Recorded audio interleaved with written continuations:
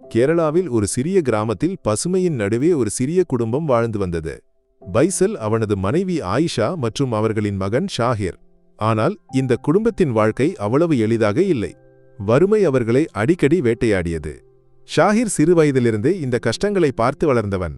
அவனது மனதில் ஒரே கனவு, தன் அப்பாவையும் அம்மாவையும் இந்த வறுமையிலிருந்து மீட்க வேண்டும். கல்லூரி படிப்பை முடித்த பிறகு ஷாஹிருக்கு நல்ல வேலை கிடைக்கவில்லை. இறுதியாக ஒரு ஹோட்டலில் மாதம் 7000 ரூபாய் சம்பளத்தில் வேலை கிடைத்தது. ஆனால் இந்த குறைந்த வருமானத்தில் குடும்பத்தின் நிலையை மாற்ற முடியவில்லை.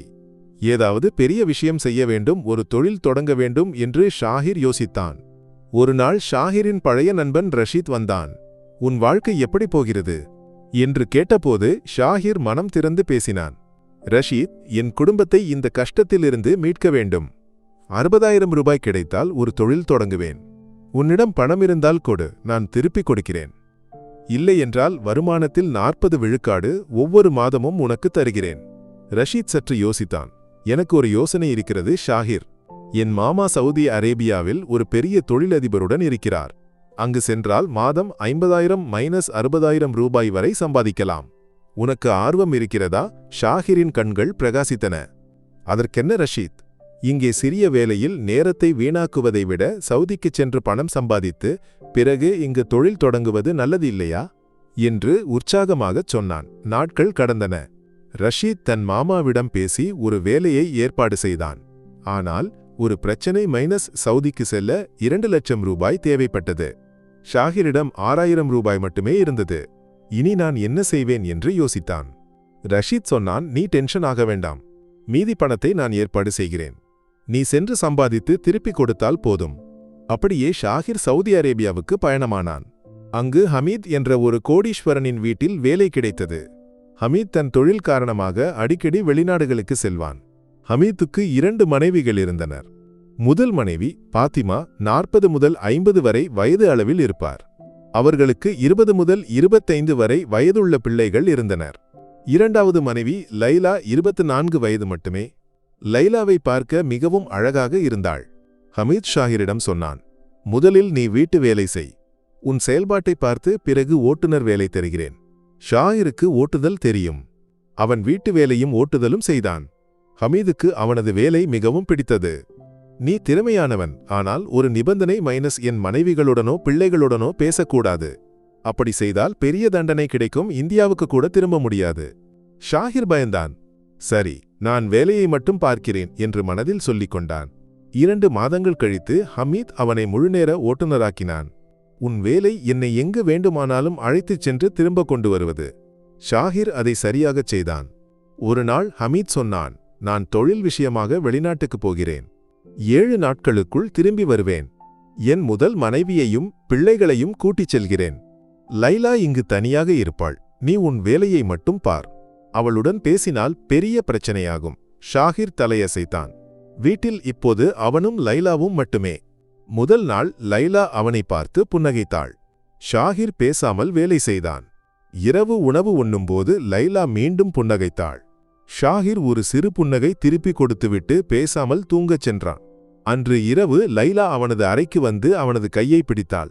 ஷாஹிர் அதிர்ந்து கையை உருவி வெளியே ஓடினான். அவனால் தூங்க முடியவில்லை. லைலாவாலும் தூங்க முடியவில்லை. காலையில் லைலா கேட்டாள், உன் கண்கள் சிவந்திருக்கின்றன, நீ தூங்கவில்லையா? இல்லை, நான் தூங்கவில்லை. உன் கண்களும் அப்படித்தானே என்று ஷாஹிர் தயங்கியபடி சொன்னான். லைலா சொன்னாள், நீ ஏன் இப்படி பேசாமல் இருக்கிறாய்? என்னுடன் பேசு. இங்கு எனக்கு யாரும் துணையில்லை. என் முதலாளி கண்டிப்பாக சொல்லியிருக்கிறார், யாருடனும் பேசக்கூடாது என்று ஷாஹிர் சொன்னான். ஆனால் அவனது மனதில் ஒரு கேள்வி எழுந்தது. லைலா, ஒரு விஷயம் கேட்கலாமா? உனக்கு 24 வயதுதான். ஹமீதுக்கு 55 வயது இருக்கும். உன் திருமணம் எப்படி நடந்தது? லைலாவின் முகம் வாடியது. ஒரு நிமிடம் மௌனமாக இருந்தாள். பிறகு மெதுவாக பேச ஆரம்பித்தாள். நான் ஒரு ஏழை குடும்பத்தில் பிறந்தவள். என் அப்பா ஹமீதிடம் நிறைய கடன் வாங்கியிருந்தார். வட்டி கூட கொடுக்க முடியாமல் அப்பா தவித்தார். நான் 20 வயதில் ஒரு ஹோட்டலில் வேலை செய்து கொண்டிருந்தேன். ஒரு நாள் ஹமீத் கடன் கேட்டு எங்கள் வீட்டுக்கு வந்தார். அப்போது என்னை பார்த்தார். அவருக்கு ஏதோ தோன்றியது. என் அப்பாவிடம் சொன்னார், கடனை திருப்பிக் கொடு, இல்லையென்றால் உன் மகளை எனக்கு திருமணம் செய்து கொடு. அப்படி செய்தால் கடனை முழுவதுமாக தள்ளுபடி செய்கிறேன். லைலா தொடர்ந்தாள், என் அப்பா 2 நாட்கள் யோசித்தார். 3வது நாள் ஹமீதை அழைத்து திருமணத்துக்கு சம்மதித்தார். அப்படியே நாங்கள் திருமணம் செய்து கொண்டோம். ஆனால் ஹமீதின் முதல் மனைவி பாத்திமாவுக்கு நான் மனைவி என்று தெரியாது. அவர்கள் என்னை ஒரு வேலைக்காரியாகத்தான் பார்க்கிறார்கள். நாங்கள் ரிஜிஸ்டர் திருமணம் கூட செய்யவில்லை. நான் இங்கு ஒரு வேலைக்காரியைப் போலத்தான் வாழ்கிறேன். ஷாஹிர் அதிர்ந்து போனான். அப்படியானால் ஹமீத் உன்னை ஒரு வேலைக்காரியைப் போல வைத்திருக்கிறாரா என்று கேட்டான். லைலா தலையசைத்தாள். அன்று இரவு லைலா மீண்டும் ஷாஹிரிடம் பேசினாள். உன்னை பார்க்கும்போது எனக்கு ஒரு ஆறுதல் தோன்றுகிறது. உன்னுடன் இருந்தால் இந்த வாழ்க்கையிலிருந்து விடுதலை கிடைக்கும் என்று தோன்றுகிறது. ஷாஹிர் ஒன்றும் பேசவில்லை. அவனுக்கு லைலாவின் மீது இரக்கம் தோன்றியது. அன்று இரவு அவர்களுக்கு இடையே உடல் ரீதியான நெருக்கம் ஏற்பட்டது. மறுநாள் இருவருக்கும் ஒரு தயக்கம் தோன்றினாலும் பின்னர் பழையபடி பழக ஆரம்பித்தார்கள். 4 நாட்கள் கழித்து அவர்களுக்குள் உறவு மேலும் வலுப்பெற்றது. லைலா சொன்னாள், இனி 2 நாட்கள் மட்டுமே இருக்கிறது. ஹமீத் திரும்பி வருவார். இதை அவர் அறிந்தால் நம் நிலை மோசமாகும். எனக்கு ஒரு யோசனை இருக்கிறது, கேட்பாயா? ஷாஹிர் குழம்பினான். என்ன உன் யோசனை? லைலா சொன்னாள், நாம் இந்தியாவுக்கு போகலாம்.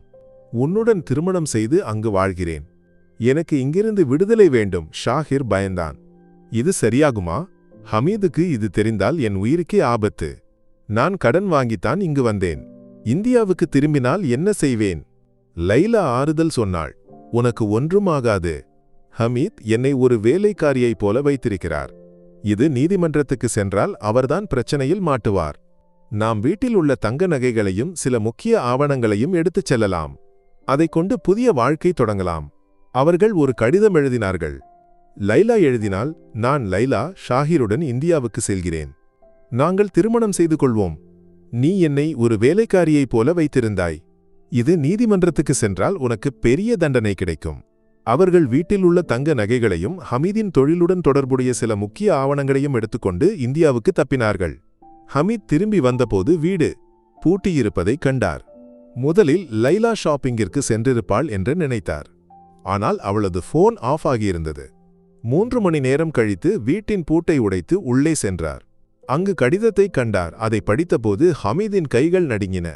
லைலா சொன்னது உண்மை என்று அவருக்கு தெரியும். நீதிமன்றத்துக்கு சென்றால் தனக்குத்தான் தோல்வி என்று உணர்ந்தார். ஹமீத் தன் முதல் மனைவி பாத்திமாவிடம் சொன்னார், லைலா போய்விட்டாள். பாத்திமா அதை பொருட்படுத்தவில்லை.